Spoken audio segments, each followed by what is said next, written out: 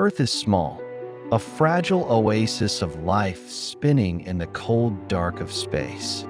For all our technology, all our progress, we remain vulnerable to the ancient forces that shaped our solar system. Among these, one of the most unpredictable and most dangerous is the asteroid. For most of human history, asteroids were unknown, invisible. But even before we had the science to understand them, we lived in their shadow. Every crater on Earth, every scar on the Moon, every extinction-level event in the fossil record, they all whisper the same truth. We are not alone in this solar system. And sometimes, space comes crashing down. The most famous example is the Chicxulub impact, a massive asteroid, roughly 10 kilometers wide, that struck Earth 65 million years ago. It unleashed a global catastrophe, blotting out the sun, raising temperatures, and extinguishing 3/4 of life on Earth, including the dinosaurs. This wasn't just a natural disaster. It was a cosmic reset, and it was caused by a rock from space. Today, we know there are thousands, possibly millions, of near-Earth objects orbiting the sun. Many are harmless. Some pass closer than the Moon. A few are big enough to destroy cities, regions, or even civilization itself. Scientists call these potentially hazardous asteroids. We track them. We model them. But until recently, we had no real way to stop one. Our first line of defense has always been early detection. Since the 1990s, space agencies and astronomers around the world have built increasingly powerful telescopes to search for and catalog near-Earth asteroids. Ground-based systems like Pan-STARRS in Hawaii and space-based surveys like NEOWISE have discovered tens of thousands of objects hurtling through our cosmic neighborhood. But discovery isn't prevention. Knowing an asteroid is on a collision course doesn't give us the power to stop it, only the time to panic. The good news is, the earlier we detect a threat, the more options we have. Even a tiny nudge, applied years in advance, could make the difference between a near miss and a direct hit. The challenge lies in developing the technology to make that nudge possible. That's where planetary defense enters the picture. It's no longer just about watching. It's about intervention, changing an asteroid's path, redirecting its orbit, and ultimately protecting the Earth not by chance, but by choice. In 2022, humanity took its first real step toward asteroid deflection. NASA launched the DART mission, the Double Asteroid Redirection Test, with one simple goal: crash a spacecraft into an asteroid and see if it moves. It may sound crude, but the physics are sound. In space, even a small transfer of momentum can have a big effect over time. DART targeted Dimorphos, a small moonlet orbiting a larger asteroid called Didymos. Neither posed a threat to Earth, which made them the perfect test candidates. After a 10-month journey, the DART spacecraft slammed into Dimorphos at nearly 22,000 kilometers per hour. The impact altered its orbital period around Didymos by over 30 minutes, a clear sign that the experiment worked. It was a historic moment. For the first time, we demonstrated that it is possible to alter the trajectory of a celestial object. We didn't destroy the asteroid. We didn't need to. All we had to do was change its path, and we did. That success has transformed asteroid deflection from theory into practice. While DART proved the kinetic impact method, it's only one tool in a growing planetary defense toolbox.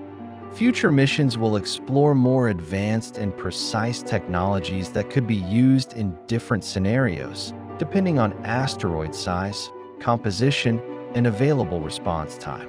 One promising approach is the gravity tractor, a method where a spacecraft flies in formation alongside an asteroid, using its tiny gravitational pull to gradually shift the asteroid's orbit.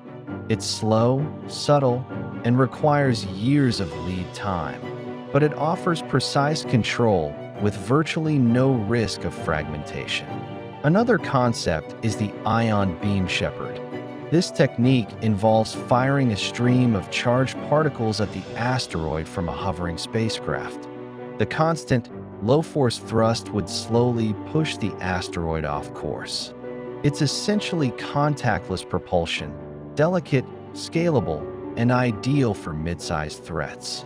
There's also growing interest in using focused solar energy or lasers to heat the surface of an asteroid. This process would cause material to vaporize and eject, creating thrust in the opposite direction. While still theoretical, solar sublimation could offer a way to steer asteroids without touching them at all. And finally, there's the nuclear option, the most powerful and the most controversial. A nuclear detonation near an asteroid could vaporize part of its surface, generating a force strong enough to change its orbit. This method might be the only viable option for large or fast-approaching objects. But it comes with risks, fragmentation, fallout, political tension, and would only be used as a last resort. Planetary defense isn't just a scientific issue. It's a diplomatic one. What happens if one country detects an asteroid, but another has the technology to stop it? Who makes the call? Who shares the data?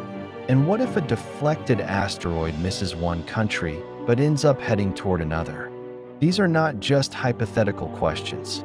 As the ability to alter orbits becomes real, the ethical and legal frameworks must catch up. In 2016, the United Nations recognized the threat of asteroid impacts and encouraged cooperation through the formation of the Planetary Defense Coordination Office and the International Asteroid Warning Network. These organizations are working to standardize responses, share data, and establish global protocols. But much more is needed. The future of planetary defense will require not just rockets, but collaboration between governments, private industry, scientists, and the public. Because space is a shared domain, and asteroid impacts don't respect borders. Interestingly, the same technologies that could one day save Earth might also reshape space exploration and industry. Asteroids aren't just threats, they're resources. Many are rich in water, carbon compounds, and even precious metals. Some could serve as fuel depots, research stations, or construction material for deep space habitats. In the future, we may not just deflect asteroids. We may capture them, redirect them into lunar orbit, and mine them. The same tools used to prevent extinction could also unlock entire new industries, from off-world manufacturing to space-based infrastructure. Planetary defense, in that sense, could become planetary opportunity. The next few decades will be critical. Space agencies are already planning follow-up missions to study asteroid interiors, refine deflection models, and test new technologies. ESA's Hera mission will return to the Didymos system to study the aftermath of the DART impact in more detail. New telescopes like the Vera-C Rubin Observatory will dramatically increase our ability to detect small, fast-moving threats. At the same time, AI and machine learning are being used to improve orbital predictions, reduce false alarms, and simulate deflection scenarios in real time. Private companies are developing rapid response launch systems that could intercept small asteroids on short notice. Eventually, asteroid deflection may become as routine and essential as climate monitoring or missile defense. Earth has no natural defense against asteroids. But now, for the first time, we are building one. Slowly, methodically, intelligently. The DART mission proved that action is possible. The missions that follow will prove that it can be reliable, repeatable, and scalable. Planetary defense is not just about preventing disaster. It's about preparing for the kind of future where humanity takes responsibility for the survival of its home. It asks us to think beyond borders, beyond politics, and beyond the present moment. Because somewhere out there, in the black silence of space, a rock may already be falling toward Earth. We may not know when, we may not know where, but when that moment comes, we won't be helpless. We'll have a plan,